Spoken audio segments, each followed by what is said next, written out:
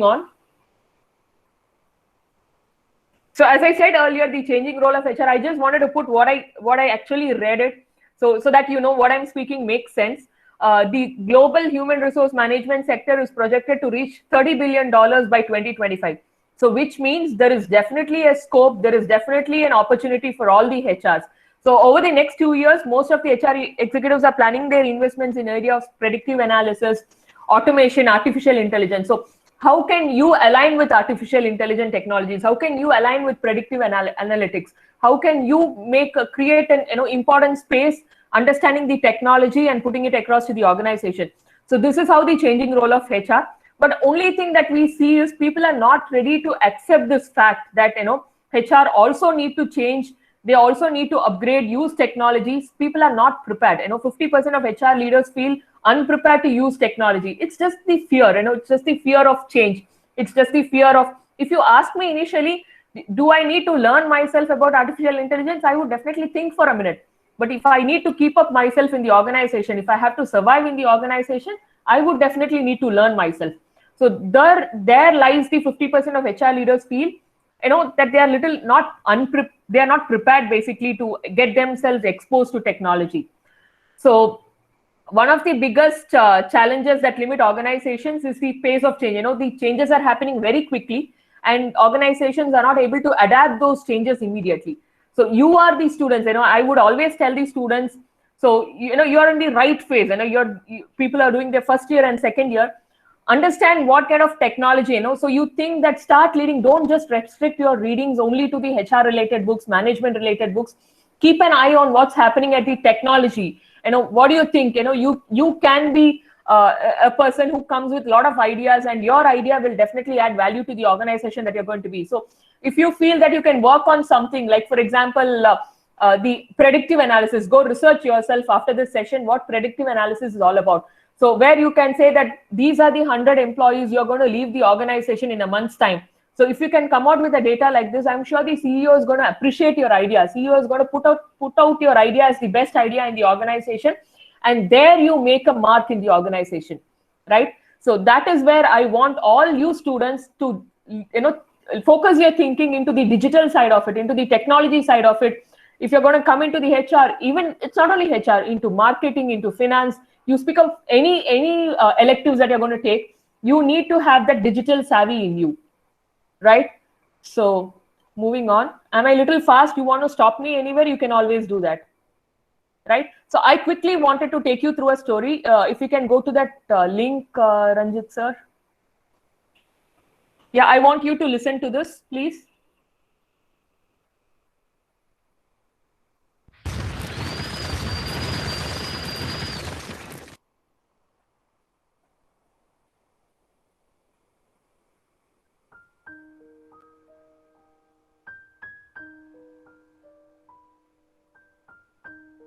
Choluteca Bridge is a suspension bridge located in the city of Choluteca, Honduras. Choluteca Bridge is an emblem of the nation and the city where it is located. It was built between 1935 and 1937 by the United States Army Corps of Engineers using US and Honduran capital for the construction of the road named Pan American. In the 90s, a new bypass road was planned for the city, so a new bridge was needed. The new Choluteca Bridge, also known as the Bridge of Rising Sun, was built by Hazama Ando Corporation between 1996 and 1998 and became the largest bridge constructed by a Japanese company in Latin America. In the same year that the bridge was commissioned for use, Honduras was hit by Hurricane Mitch, a Category 5 storm that devastated the Caribbean. Honduras was wrecked. Roads were wiped out, there was considerable damage to buildings, and every other bridge in Honduras was destroyed. However, the Choluteca Bridge stood its ground and survived in near-perfect condition. It was an amazing architectural achievement, or at least it should have been. Even though the bridge stood its ground, there was one problem. The storm caused the river to carve a completely new path which no longer ran under the bridge. That's right, the Choluteca Bridge no longer stood over the river, rendering it essentially useless. It is quite remarkable how quickly things can change. Even knowing that a hurricane would eventually hit Honduras, the designers of the bridge were still unable to anticipate future conditions under which the bridge would operate, regardless of how technologically advanced the bridge was at the time. This situation demonstrates how even the simplest of assumptions about the state of the world, the location of the river, may prove to be incorrect. The most successful innovators are able to consider how markets and behaviors will change and invalidate those assumptions.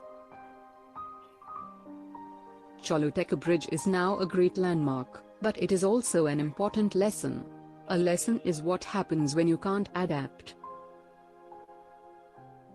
The well-known quote, "Every system is perfectly designed to get the results it gets," aptly summarizes the situation that occurred. It is also an excellent metaphor for our education system and a sign of what lies ahead if we stay stuck in current modes of education that serve antiquated purposes. Yeah, so what do you understand from this video? Any answers? What's your understanding from this video? We have to adapt to the changes and think that what happens afterwards. Great. Okay. Any other answers?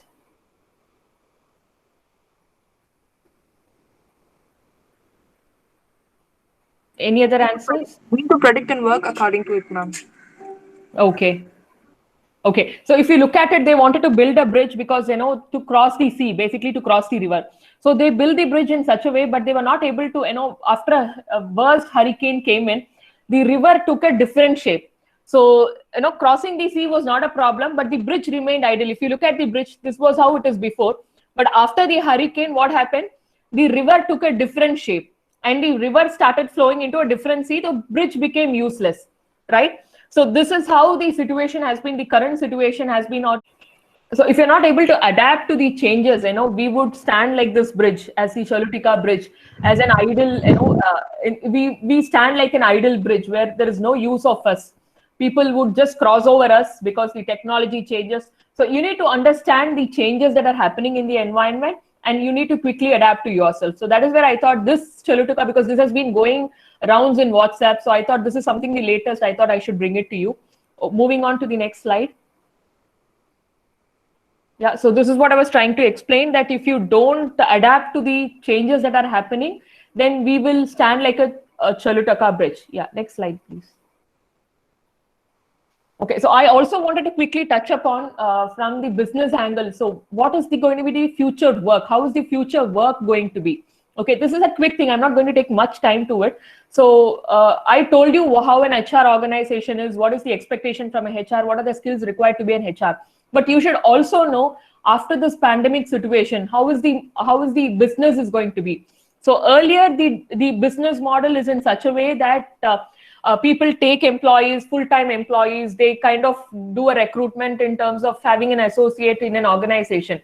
But now the change is going to be the gig economy. So this is the gig economy business model, is something that is happening in Great Britain, and that will soon take over the entire world. So what kind of people are being looked at by the business, in the business scenario? So you will be looked for more freelancers, more part-time consultants, independent consultants, temporary workers. So these are the people that will be looked in the coming days, not in the immediate days, but by 2027, 2030. This is the nature of people that an organization will recruit. They will not recruit a full-time employee. So the role of HR again changes. So what will a talent acquisition team do?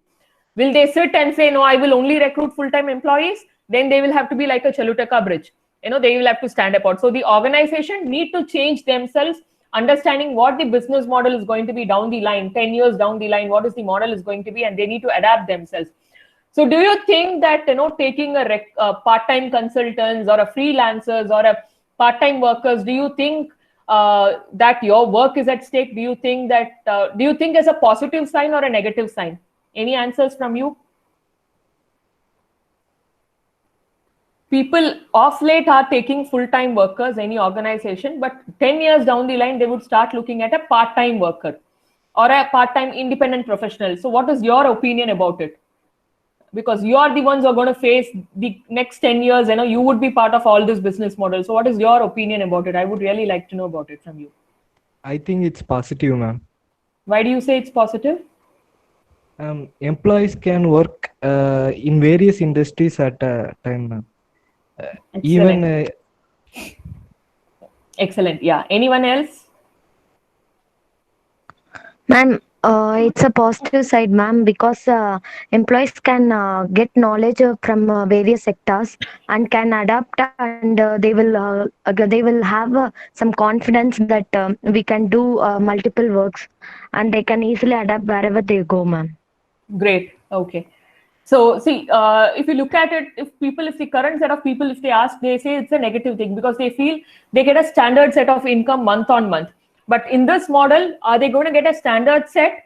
That kind of an insecure feeling arises in most of the associates. But to look at the positive side of it, they will be able to have multiple jobs. They may not be employed in just one organization. For example, they may be employed in one organization from morning 9 to 1 and in another organization from 3 to 8.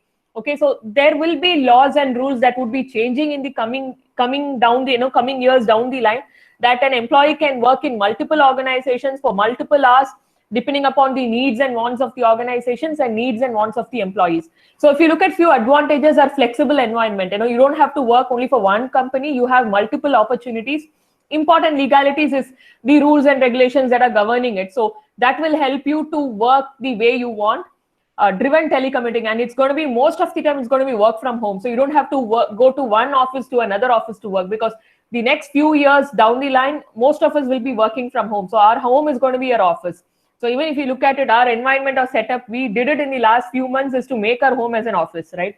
And batch work is, that today my work is only this, I will complete this work from 9 to 1 in this organization, move on, and my work in another company from 3 to 8 is going to be this. So what kind of work that is going to come to you, so that's going to give you a lot of clarity in what you want, and greater expectations both for the employees as well as for the employers. So employee will know that if you complete the work whatever is assigned to you between 9 to 1, you're going to get this pay, and the employer will also know that since I'm going to pay once the person completes it, so the employer will be sure that you will the employees will be completing their work whatever is given in the expected hours or in the expected time. And there is going to be a good culture, that's going to exist, because you're not going to work in one organization, you're going to work in multiple organizations. There's going to be a lot of opportunities for you. And as I would say, this, though no commitment can be looked at as a positive and a negative way, to take it in a positive way, you're not committed with a bond, as in the days that you have, if you join for a company, you have to sign an agreement for 2 years. You will not have any commitment like that. If you want, you can work. If you don't like, you can move on and go to another company. And there would be definitely plenty of opportunities. You may have to think of 2030, 35. There are going to be a lot of opportunities that's going to come in the gig economy business model. So this is going to be the in thing, that's where people will not be worked as a full time. They will be working on multiple platforms and multiple organizations. To give you a live example, how many of you have seen White Hat Junior advertisements in your Facebooks, Instagrams? Did you see the White Hat Junior Facebook? Yes. Yeah. So Yes. what do you think about that? For example, if you're very good at an associate, take an example, an employee who's working in an organization is very good at coding, right? And the person can do a teaching, right? So which means who are they looking at? They are looking at the IT software professionals, who can help these students in teaching coding. So this is again a gig economy. So once maybe they cannot do a dual employment now. So because if the organization gets to know that the person is also a teacher working for a White Hat Junior program where the person teaches for 3 hours and gets paid, then that becomes a dual employment. The current laws doesn't allow that, but going forward, there will be a lot of opportunities like this. For example, a person can be a teacher teaching in White Hat Junior from home, where they get paid very well. Same way, they can also be part of an organization where they can work in the morning first hour. So this is something that's evolving in the coming situations and coming scenarios.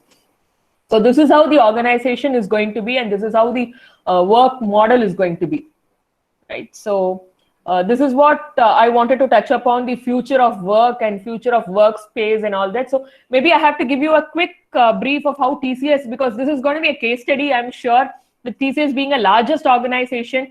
We are a 4,50,000 member organization across the globe. We have presence of more than 45 countries. And how did we manage this work from home pandemic?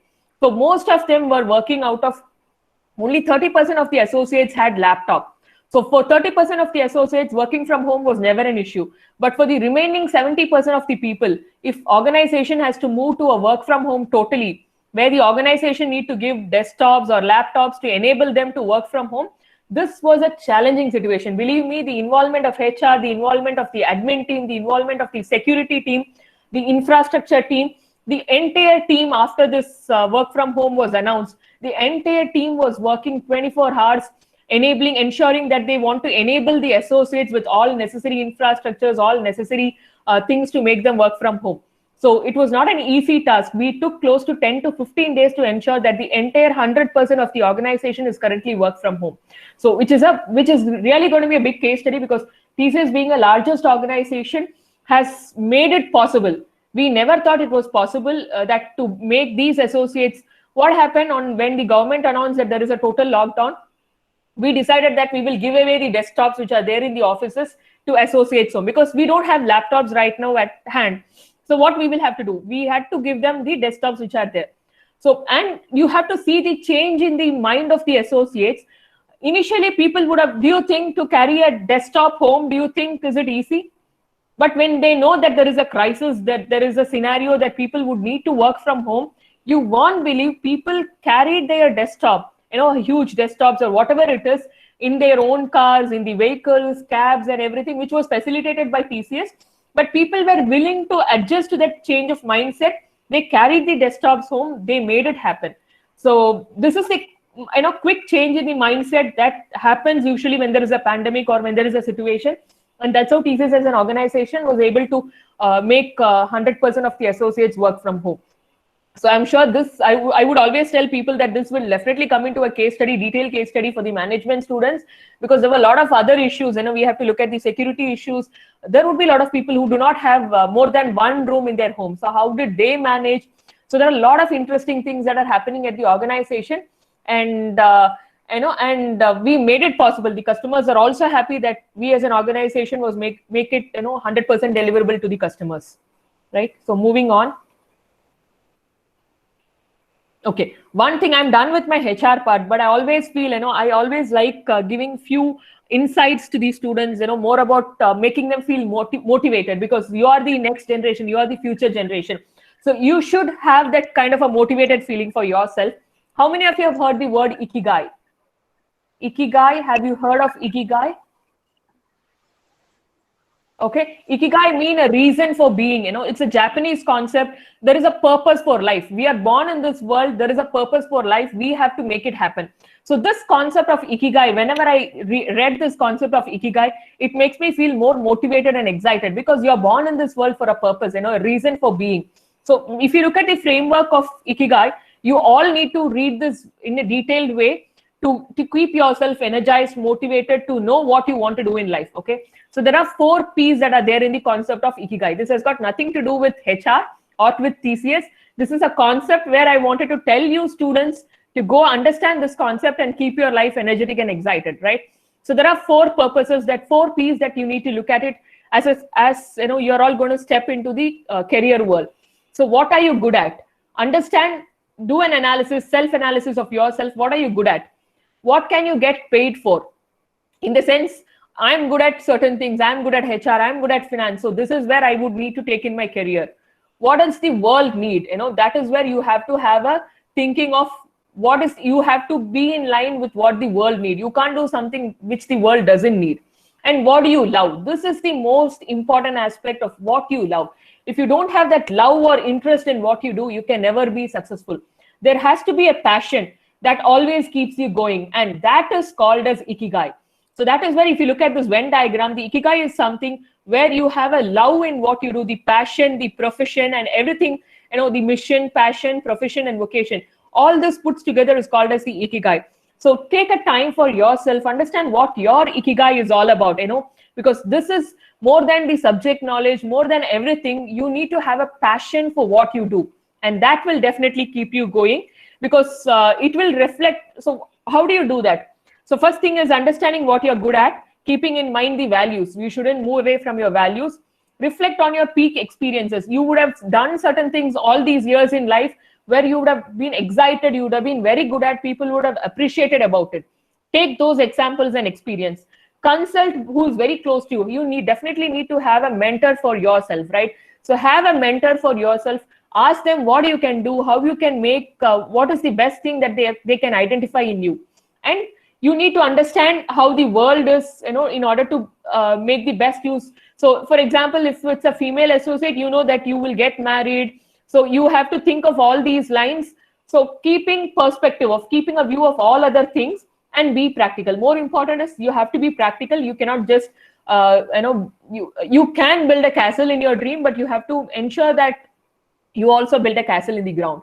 So this ikigai concept, I really want all these students to go through it. There is a concept, there is a book that is available online. Just go through it, read it, identify your passion and build a passion on it, right? So that's it from my end. Maybe the last slide to tell quickly about what are the 10 rules of ikigai. So stay active, don't retire. Retirement is only for people who don't have a passion for themselves. Take it slow. You don't have to do everything immediately. Since Nagalakshmi ma'am had come and said that I need to do this, I need to do that. Don't take it so quick. Take it slow. You have time, okay? And take care of your health. Don't fill your stomach. Enjoy eating. Get yourself into shape, because you are all going to be professionals. You're going to be entrepreneurs. You're going to be professionals. So you need to look good for yourself. Smile, that costs nothing, right? And reconnect with nature. This is the time for us to enjoy with nature. Give thanks. There is nothing that make you feel happy if somebody gives you a thank.